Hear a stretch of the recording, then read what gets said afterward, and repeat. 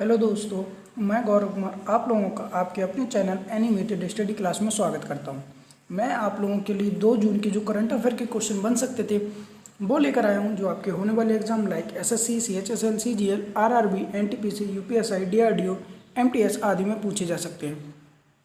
Video शुरू करने से पहले मेरी आप लोगों से रिक्वेस्ट रहेगी कि वीडियो को ज़्यादा से ज़्यादा लाइक करें, शेयर करें और चैनल को सब्सक्राइब कर लें।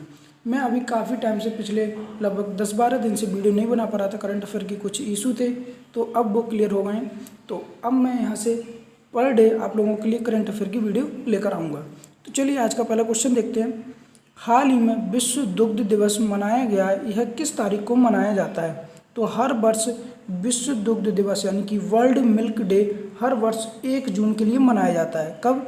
1 जून के लिए। और यह किसके द्वारा मनाया जाता है? तो यह मनाया जाता है खाद्य और कृषि संगठन यानी कि फूड एंड एग्रीकल्चर संगठन के द्वारा, ऑर्गेनाइजेशन के द्वारा वर्ष 2001 से। कब से? 2001 से मनाया जा रहा है। अब यह मनाया क्यों जाता है? तो वैश्विक भोजन के रूप में दूध के महत्व को पहचानने और उसे बढ़ावा देने के लिए यह मनाया जाता है। ठीक है। अब यहाँ पर एक और क्वेश्चन बन जाता है कि जो वर्ल्ड मिल्क डे है इसकी थीम क्या थी इस बार की? तो इस बार की थी sustainability in dairy sector with message on nutrition. क्या थी? Sustainability in dairy sector with message on nutrition. ठीक है। अच्छा, यहाँ पर एक और क्वेश्चन बनता है भारत से जुड़ा हुआ वर्ल्ड मिल्क डे के ऊपर कि भारत में जो श्वेत क्रांति हुई थी, दूध क्रांति, यानी कि जो श्वेत क्रांति हुई थी वह दूध के लिए हुई थी, यानी मिल्क के लिए हुई थी। इसमें भारत में इसके जनक किसे कहा जाता है और यह कब हुई थी? तो वर्ष 1970 में। कब? वर्ष 1970 में भारत में श्वेत क्रांति हुई थी और इसके जनक कहे जाते हैं बर्गेस कुरैन। कौन थे? बर्गेस कुरैन इसके जनक थे भारत में श्वेत क्रांति के। उम्मीद है आप इतने सारे फैक्ट और इतने पॉइंट समझे होंगे श्वेत क्रांति से जुड़े हुए और मिल्क डे से। ठीक है। अब आगे बढ़ते हैं। हाल ही में किस देश ने 3 बच्चों की नीति को मंजूरी दी है? किसने?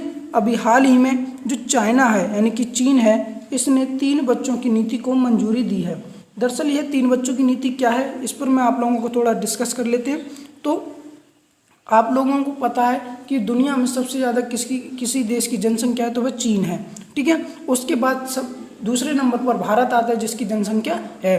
तो क्या हुआ, अभी हाल ही में जो चीन है इसने अपना जनगणना का आंकड़ा जारी किया था, यानी कि जो जनगणना की गई थी उसके आंकड़े जारी किए थे। उसमें इस चीन ने देखा कि जो चीन की जनसंख्या इसकी जन्म दर में भारी गिरावट देखी गई है। किसमें? जन्म दर में। ठीक है, भारी गिरावट देखी गई है। तो इसी को देखते हुए जो चीन है इसने वर्ष यानी कि पहले जब इसकी जनसंख्या बढ़ रही थी तो वर्ष 1988 में कब? 1988 में इसने एक पॉलिसी लागू की थी, तो वह वन चाइल्ड पॉलिसी थी। यानी कि कौन सी पॉलिसी लागू की थी? वह थी वन चाइल्ड पॉलिसी। यानी कि इसमें क्या होगा, इसमें केवल जो चाइना के लोग थे वह केवल एक बच्चा ही पैदा कर सकते थे। ठीक है। 1988 में वन चाइल्ड पॉलिसी लागू की थी, तो जिससे अपनी जनसंख्या को कंट्रोल करने के लिए 1988 में यह पॉलिसी लागू की गई। वर्ष 2016 में आते आते यानी कि वर्ष 2016 में आके इन्होंने 2 चाइल्ड पॉलिसी लागू कर दी, यानी कि अब एक बच्चे से ज़्यादा आप 2 बच्चे कर सकेंगे। ठीक है। ऐसी इन्होंने पॉलिसी लागू की थी वर्ष 2016 में। बट यहाँ पर क्या हो रहा है, इसकी जनसंख्या तो नियंत्रण हो गई है बट इनकी जन्म दर में भारी गिरावट देखी गई है। तो इसी को देखते हुए जो चीन है इसने क्या किया है, अब इसने 3 चाइल्ड पॉलिसी लागू कर दी है, यानी कि अब आप 3 बच्चे तक कर सकेंगे। वहाँ की जनसंख्या को यह आदेश दे दिया गया है कि वह 3 बच्चे भी अब कर सकेंगे। उम्मीद है आप लोग अच्छे से यह क्वेश्चन समझ पाए होंगे। अब चीन ने किया तो चीन को मैप में देखते हैं। ये वाला जो पार्ट दिख रहा है जिसे मैंने लाइनिंग किया है यही चीन है। बात करते हैं चीन की, तो चीन की राजधानी क्या है? बीजिंग। और वर्तमान में यहाँ के राष्ट्रपति कौन है? Xi Jinping. और यहाँ की करेंसी क्या है? युआन यहाँ की करेंसी है। उम्मीद है आप लोग इतने सारे पॉइंट चीन से जुड़े हुए समझ पाए होंगे। आगे बढ़ते हैं। हाल ही में आरबीआई ने किस बैंक का लाइसेंस रद्द कर दिया है? तो अभी हाल ही में जो आरबीआई है यानी कि रिजर्व बैंक ऑफ इंडिया, इसने शिवाजी भोसले सहकारी बैंक, किसका? शिवाजी भोसले सहकारी बैंक, जो कहाँ पर स्थित है? पुणे में। कहाँ पर है? पुणे में। इसका बैंक लाइसेंस रद्द कर दिया है। अब ये लाइसेंस क्यों रद्द किया है? तो जो आरबीआई है इसने आर्ग्यूमेंट दिया है कि जो बैंकिंग विनियमन अधिनियम 1949 है, कौन सा? बैंकिंग विनियमन अधिनियम 1949, उसके जो प्रावधान है इसने उसका पालन नहीं किया है। यानी कि जो बैंकिंग विनियमन अधिनियम 1949 है, इसके जो प्रावधान थे इनका पालन ना करने के कारण इसका लाइसेंस रद्द किया गया, किसका? शिवाजी भोसले सहकारी बैंक का। ठीक है, अब आरबीआई ने किया है तो आरबीआई से जुड़े हुए कुछ पॉइंट है उसकी बात करते हैं। तो आरबीआई की स्थापना कब हुई? वर्ष 1935 में। कब और यह किस एक्ट के तहत हुई थी? जो 1900 आरबीआई एक्ट आया था 1934 उसके तहत की गई थी 1935 में आरबीआई की स्थापना। ठीक है, और इसके वर्तमान में गवर्नर कौन है? शक्तिकांत दास। और ये कौन से नंबर के हैं? तो ये 25वें नंबर के गवर्नर हैं। ठीक है, और इसका हेडक्वार्टर कहाँ पर है? मुंबई में इसका हेडक्वार्टर है। उम्मीद है आप लोग पॉइंट समझ पाए होंगे। आगे बढ़ते हैं। हाल ही में किस राज्य सरकार ने विद्युतीकरण कार्यक्रम शुरू किया है? तो अभी हाल ही में जो गोवा है, कौन? गोवा राज्य, इसने विद्युतीकरण कार्यक्रम शुरू किया है। दरअसल आप लोगों को पता है कि अभी कोरोना भी चल रहा है, तो इसी को देखते हुए बहुत से राज्य ऐसे भी हैं जहाँ पर कई कई गाँव में, यानी कि राज्यों के गाँव में बिजली की आपूर्ति नहीं हो पा रही है। तो उसी को देखते हुए जो गोवा सरकार है इसने 30 मई 2021 के लिए, कब? 30 मई 2021 के लिए यह राज्य जो जितने, यानी कि जो राज्य है, राज्य के जितने भी ग्रामीण परिवार हैं, यानी कि जो गाँव में रहने वाले लोग हैं, उनके लिए यह योजना लागू की गई है। इसके तहत क्या होगा? जो सौर पैनल होते हैं उनके माध्यम से बिजली, यानी कि बिजली प्रोवाइड करी जाएगी। ठीक है, क्योंकि आप लोगों को पता है गांव में कुछ ऐसे भी क्षेत्र होते हैं जहां पर लाइनिंग नहीं बिछी होती है, यानी कि जो बिजली की लाइन होती है वो ना बिछी होती है, नहीं बिछी होती है। तो उसी को देखते हुए अब जो सोलर पैनल हैं तो उसके माध्यम से गोवा, यानी कि जो गोवा के गाँव हैं वहाँ पर बिजली उपलब्ध कराई जाएगी गोवा में। ठीक है, अब गोवा में की जाए तो गोवा को मैप में देखते हैं। ये वाला जो पार्ट दिख रहा है जैसे लाइनिंग किया गया है यही गोवा है। जो ग्रीन पार्ट है वह नॉर्थ गोवा और जो रेड पार्ट है साउथ गोवा है। ठीक है, बात करते हैं गोवा की, तो यहाँ की राजधानी क्या है? पणजी। और यहाँ के वर्तमान में सीएम कौन है? प्रमोद सावंत। और गवर्नर कौन है? भगत सिंह कोश्यारी। आगे बढ़ते हैं। हाल ही में वीर सावरकर के जीवन और कार्यों पर आधारित सावरकर अ कंटेस्टेड लेगेसी 1924 से 1960 नामक पुस्तक किसने लिखी है? तो अभी हाल ही में विक्रम संवत ने, जो वीर सावरकर थे, अभी हाल ही में इनके जो वीर क्रांतिकारी थे जिनका नाम था वीर सावरकर, उनकी एक पुस्तक, उनके ऊपर एक पुस्तक लिखी है जिसका नाम है सावरकर एक कॉन्स्टेंट लेगेसी। ठीक है, और यह किसने लिखी है? विक्रम संवत ने। अभी हाल ही में वीर सावरकर का जन्म दिवस भी मनाया गया था, यानी जयंती भी मनाई गई थी। वह कब मनाई गई थी? 28 मई के लिए। उम्मीद है आप लोग अच्छे से क्वेश्चन समझ गए होंगे। आगे बढ़ते हैं। आप इमेज में देख सकते हैं जो पुस्तक दिख रही है वो इसी तरीके की है। ठीक है, जो दिख रही है यही पुस्तक है। हाल ही में आइसलैंड गणराज्य में भारत का राजदूत किसे नियुक्त किया गया है? तो अभी हाल ही में आइसलैंड गणराज्य में भारत का राजदूत नियुक्त किया गया है बाला सुब्रमण्यम श्याम के लिए। किसके लिए?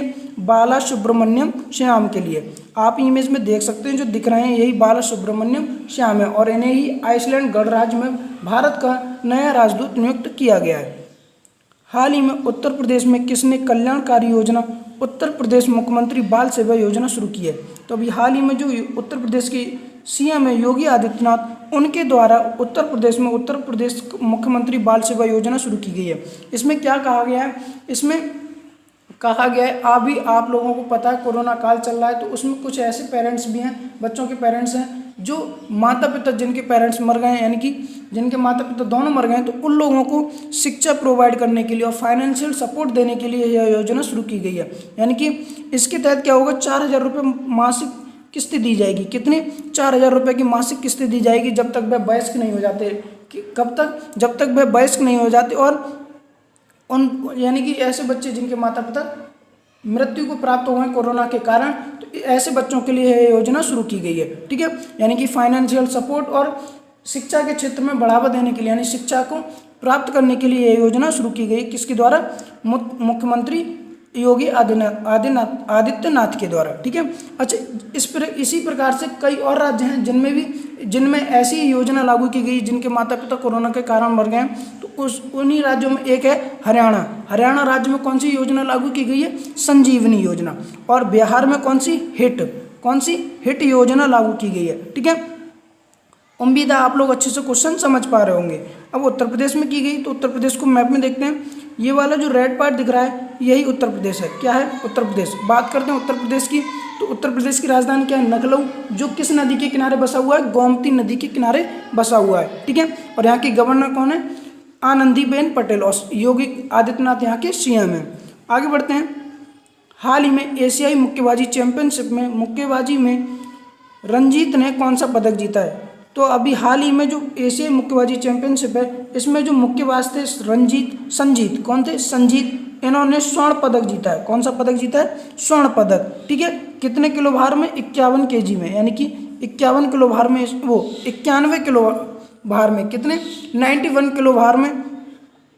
ठीक है, इसमें इन्होंने स्वर्ण पदक जीता है। ठीक है, यह कहाँ के रहने वाले हैं? तो ये आसाम के रहने वाले हैं, यानी भारतीय हैं और आसाम के रहने वाले हैं। वर्ष 2013 में इन्होंने स्वर्ण पदक जीता था मुक्केबाजी में ही, और 2017 में रजत, और 2015 और 2019 में इन्होंने कौन सा पदक जीते थे? कांस्य पदक जीते हैं। उम्मीद है आप लोग अच्छे से क्वेश्चन समझ पा रहे होंगे। आप इमेज में देख सकते हैं, जो दिख रहे हैं यही संजीत है। कौन है? संजीत, और इन्होंने 91 किलोग्राम में, कितने? 91 किलोग्राम में स्वर्ण पदक जीता है। आगे बढ़ते हैं। हाल ही में कैनरा बैंक ने अपना CFO किसे नियुक्त किया है? तो अभी हाल ही में जो कैनरा बैंक है, इसने अपना CFO यानी कि चीफ फाइनेंशियल ऑफिसर, क्या नाम है इसका? नाम है SK मजूमदार। कौन है? SK मजूमदार के लिए अपना चीफ फाइनेंशियल ऑफिसर नियुक्त किया है। किसने? कैनरा बैंक ने। अब कैनरा बैंक ने किया है, तो बात करते हैं कैनरा बैंक की। इसकी स्थापना कब हुई थी? 1969 में। ठीक है, और इसका हेडक्वार्टर कहाँ पर है? कर्नाटका, बेंगलोर में। कहाँ पे? कर्नाटका, बेंगलोर में। और यहाँ के चेयरपर्सन कौन है? तो चेयरपर्सन है TN मनोहरन। कौन है? TN मनोहरन यहाँ के चीफ पर्सन है। हाल ही में WHO ने भारत में मिले कोविड-19 वेरिएंट का क्या नाम रखा है? तो अभी हाल ही में आप लोगों को पता है, भारत में 2 वेरिएंट मिले थे कोरोना के, तो उन्हीं कोविड-19 वेरिएंट थे, उनका नाम रखा है WHO ने। तो वह नाम क्या क्या रखा गया? तो जो B16171 है, इसका नाम रखा गया, क्या रखा है? कप्पा नाम रखा है WHO ने। दरअसल ये जो नाम रखे गए हैं ग्रीक भाषा में रखे गए हैं। तो जो भारत में जो B16171 जो वेरिएंट मिला था, इसका नाम क्या रखा गया? इन्होंने कप्पा रखा है। किसने? WHO ने। इसी प्रकार से जो दूसरा वेरिएंट मिला था B1.617.2, इसका नाम क्या रखा है? इन्होंने डेल्टा।